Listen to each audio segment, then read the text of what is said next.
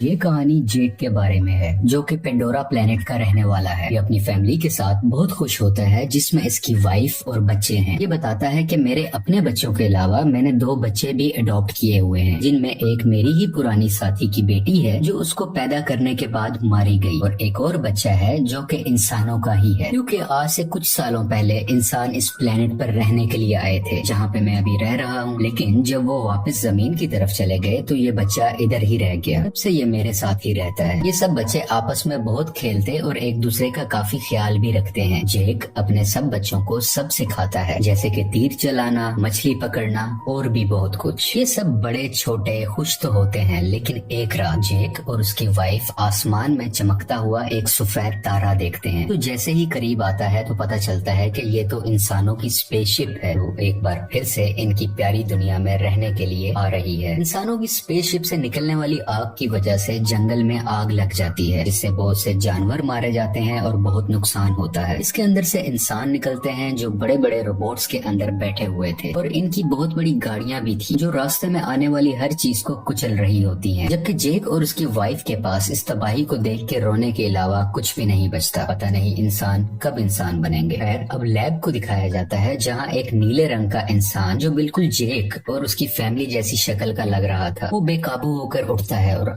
आसपास के लोगों को मारने लगता है। उसको उसके साथी कंट्रोल करते हुए बताते हैं कि आप हमारे कॉलोनल हैं, यानी कर्नल हैं, और आप इंसान ही हैं। हमने आपके मरने के बाद आपको मॉडर्न टेक्नोलॉजी की मदद से ऐसी बॉडी दे दी है जिस वजह से आप इस प्लेनेट में जिंदा रह सकेंगे। आप दिखने में इस प्लेनेट के लोगों जैसे ही लगेंगे, तो आपको फिक्र करने की कोई जरूरत नहीं है। इसी तरह बहुत से इंसानों को ऐसी बॉडी दे दी जाती है, जो कि हम इन कर्नल के आसपास खड़े लोगों में देख भी सकते हैं। दूसरी तरफ जेक और उसके साथी इंसानों को रोकने के लिए उनकी ट्रेन को तबाह कर देते हैं, जिसमें उनके हथियार और खाने का सामान जा रहा था। ये लोग खुद उड़ने वाले क्रिएचर्स पर थे और इंसानों के हेलीकॉप्टर्स को भी तबाह करने के बाद उनका सामान लूट लेते हैं। जब कर्नल को इस होने वाले नुकसान का पता चलता है तो वो जेक को मारने का प्लान करता है, क्योंकि जेक ही है जो नावी लोगों का लीडर है। बेसिकली जेक और उस जैसे दिखने वाले लोगों को नावी कहा जाता है। ये सभी वो लोग हैं जो जंगलों में रहते हैं, और इन्हीं ने ट्रेन पर अटैक भी किया था। लेकिन कर्नल की सीनियर ऑफिसर उसको बताती है कि हमने जब भी जेक के जंगल में अपने जहाज भेजे तो उनके उड़ने वाले क्रिएचर्स ने हमेशा उनको तबाह किया।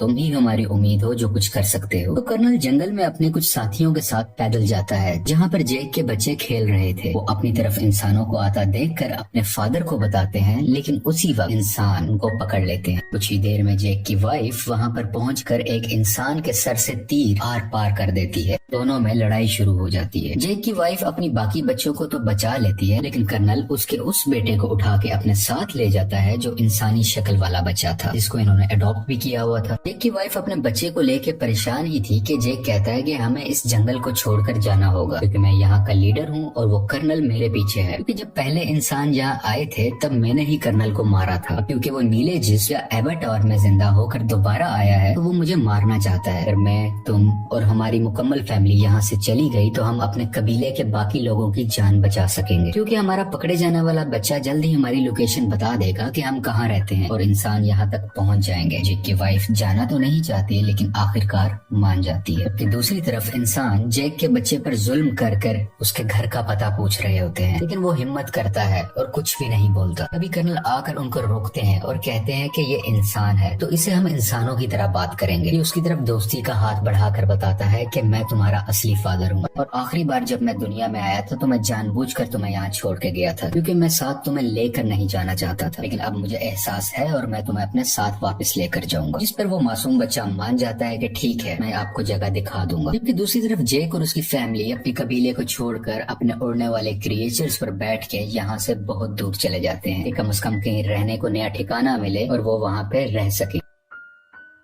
ये लोग पानी के पास रहने वाले नाविस के पास पहुंचते हैं। यहाँ पर रहने वाले लोग हैं तो इसी प्लेनेट के, लेकिन दिखने में सब्ज रंग के होते हैं। ये पानी वाले नावी शुरू में इनका मजाक बनाते हैं, जैसे कि वो कहते हैं कि इनकी दुम पतली है, इनके बाजू पतले हैं और भी बहुत कुछ। तभी पानी वाले लोगों का लीडर आता है और कहता है कि तुम जंगल के रहने वाले हो, तुम्हारी यहाँ पानी के पास कोई जरूरत नहीं है, तुम्हें कुछ नहीं आता कि पानी में कैसे सरवाइव करना है। लेकिन जेक जवाब में कहता है कि हम बहुत जल्द ही सब कुछ सीख जाएंगे और मेरी फैमिली के लिए मुझे आप लोगों की जरूरत है, ताकि वो यहाँ पर सही सलामत जिंदा रह सके। ये देख के पानी का नावी लीडर मान जाता है और उनको रहने की इजाजत भी दे देता है। अगले दिन जेक के बच्चों को वहाँ के रहने वाले बच्चे घुमा रहे होते हैं, जबकि जेक का बेटा अपने बालों वाली चुटिया वहाँ के एक क्रिएचर से जोड़ता है, तो वो बहुत तेजी से पानी के अंदर तैरता है, जिस वजह से गिर जाता है और वहाँ के सब लोग हंसने लगते हैं। अगले दिन वहाँ के कुछ बच्चे जेक की बेटी को पागल कह रहे होते हैं। इसके अलावा उससे बदतमीजी भी करते हैं, उसको काफी तंग कर रहे होते हैं। तभी वहाँ जेक के बाकी बच्चे भी आ जाते हैं और उस तंग करने वाले बच्चे को मारने लगते हैं। तुमने हमारी बहन को ऐसा क्यों कहा? जब जेक को ये सब पता चलता है तो वो अपने ही बेटे को डांटने लगता है कि तुमने उसे क्यों मारा, वो यहाँ के लीडर का बेटा है, जाओ तुम उससे माफी मांगो। वो जब जाकर माफी मांगता है तो लीडर का बेटा अभी भी गुस्से में था और वो उसको धोखा देना चाहता था, बदला लेना चाहता था। कहता है कि चलो तुम्हें एक अच्छी जगह पर लेके जाता हूँ। वो उसे गहरे पानी में ले जाता है जहाँ पर एक खतरनाक मॉन्स्टर रहता था। वो उसको वहाँ पर जाकर अकेला छोड़ देता है और खुद वहाँ से वापस आ जाता है। कुछ ही देर में पानी के अंदर से तेज मॉन्स्टर आकर उस पर अटैक कर देता है, जिस वजह से वो डूबने लगता है और लगातार मॉन्स्टर उस पर अटैक कर उसको खाने की कोशिश कर रहा होता है। दोनों आमने सामने होते हैं। तभी वहाँ सबसे बड़ा मॉन्स्टर आ जाता है, जो छोटे मॉन्स्टर को अपने मुंह में डाल के पत्थर पर जोर का मारता है और उसको वही मार डालता है। इतनी ही देर में जेक का बेटा पानी में मजीद सांस नहीं ले पाता और डूब जाता है। जैसे ही उसकी आंख खुलती है तो वो देखता है कि सबसे बड़े पानी के मॉन्स्टर ने उसकी जान बचाई है और वो उसके ऊपर लेटा हुआ है। ये लड़का देखता है कि वो मॉन्स्टर बेचारा काफी जख्मी भी है, तो ये उसके जिस्म से कुछ लगे हुए हथियार निकाल कर उसको सुकून देता है, जिससे इन दोनों की दोस्ती हो जाती है और वो मॉन्स्टर इस लड़के को उसके घर वालों के पास छोड़ के आता है।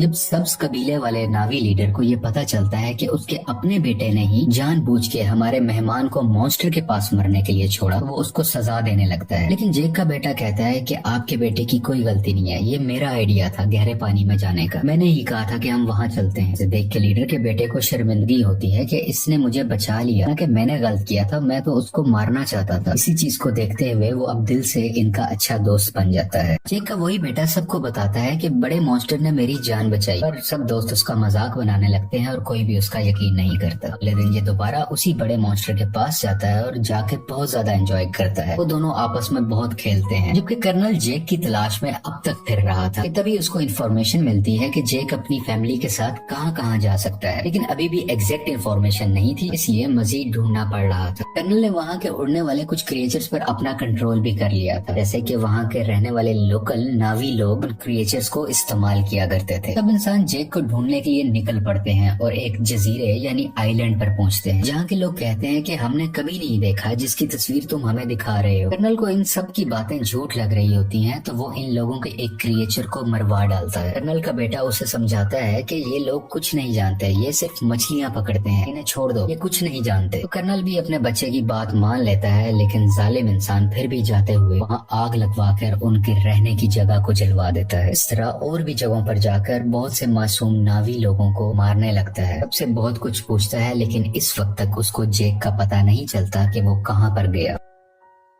इसी तरह ये सब इंसान पानी वाले एक क्रिएचर को देखते हैं, उस पर भी लोहे की बनी हुई चेन और कुछ छोटे मिसाइल से अटैक करते हैं। इसके अलावा एक ऐसी अल्ट्रासोनिक गन से भी अटैक करते हैं जिससे वो मॉन्स्टर इंसानों पर हमला ही नहीं कर पाता, इंसान इसको बड़े आराम से पकड़ सके। वो बेचारा मॉन्स्टर अपने छोटे बच्चे के साथ तैर रहा होता है, जिसने इंसानों का कभी कुछ नहीं बिगाड़ा था, लेकिन वो दर्द से तड़प रहा था, चीख रहा था और आखिरकार वहीं पर मारा जाता है। उसका छोटा सा बच्चा इर्द गिर्द घूम कर उसको आवाजें दे रहा होता है और इंसान बहुत ही बेशर्मी के साथ खुशी में तालियां बजा रहे थे कि वो अपने मिशन में कामयाब हो गए। ये सब देखकर कर्नल का बेटा काफी तकलीफ में होता है, क्योंकि उसको इन सब जानवरों की फिक्र थी और वो इस होने वाले जुल्म को बिल्कुल बर्दाश्त नहीं कर रहा होता। इंसान उस क्रिएचर को पकड़कर अपने साथ ले जाते हैं, उसके मुंह के अंदर जाकर ड्रिल मशीन से उसके मुंह के ऊपर वाले हिस्से में सुराख करते हैं, जिसके अंदर से एक पीले रंग का लिक्विड निकलता है, जो कि एक ऐसा पानी है कि जो भी पिएगा उसकी उम्र बहुत कम स्पीड से बढ़ेगी, यानी उसको जिंदा रहने के लिए बहुत से साल मिल जाएंगे और वो जल्दी नहीं मरा करेगा। और इस लिक्विड की कीमत भी करोड़ों डॉलर्स में है, इसको ये मार्केट में बेच के बहुत पैसा कमाने वाले हैं। अगले दिन मरने वाले मॉन्स्टर क्रिएचर को सब्ज नावी लोग देख लेते हैं। इसके बाद जेक को बुरा भला कहने लगते हैं कि तुम्हारी हमारी वजह से इंसान इधर तक पहुंच गए और अब वो हमारे क्रिएचर्स को मार रहे हैं और बहुत जल्द हमें भी। इसलिए जो भी हुआ सो हुआ। ग्रीन नावी लीडर कहता है कि हम इंसानों से मुकाबला करेंगे। इसके कुछ देर बाद ही जेक का बेटा सबसे बड़े मॉन्स्टर से एक बार फिर मिलने जाता है और देखता है कि उसके ऊपर एक एंकर जैसी डिवाइस लगी हुई है, जिसकी वजह से उस मॉन्स्टर को उस डिवाइस ने वहीं रोका हुआ था और वो वहां से हिल ही नहीं पा रहा था, क्योंकि इंसान उस लिक्विड को हासिल करने के लिए और भी मॉन्स्टर्स को मारने का इरादा रखते हैं। और इस बार बारी है जेक के बेटे के बड़े मॉन्स्टर की, जो साइज में भी बहुत बड़ा है और उसमें से लिक्विड भी बहुत ज्यादा निकल सकता है। इसलिए इंसान अब इस मॉन्स्टर को मारना चाह रहे हैं। बेटा और बाकी भी उसके पास होते हैं, जबकि इंसान इस तरफ बढ़ रहे होते हैं। कर्नल भी इन बच्चों को वहाँ दूरबीन से देख लेता है। जेक और लीडर को पता चलता है कि उनके बच्चे खतरे में हैं और वो अपने हथियार उठाकर उन्हें बचाने के लिए निकल पड़ते हैं। बहुत मुश्किल से बच्चे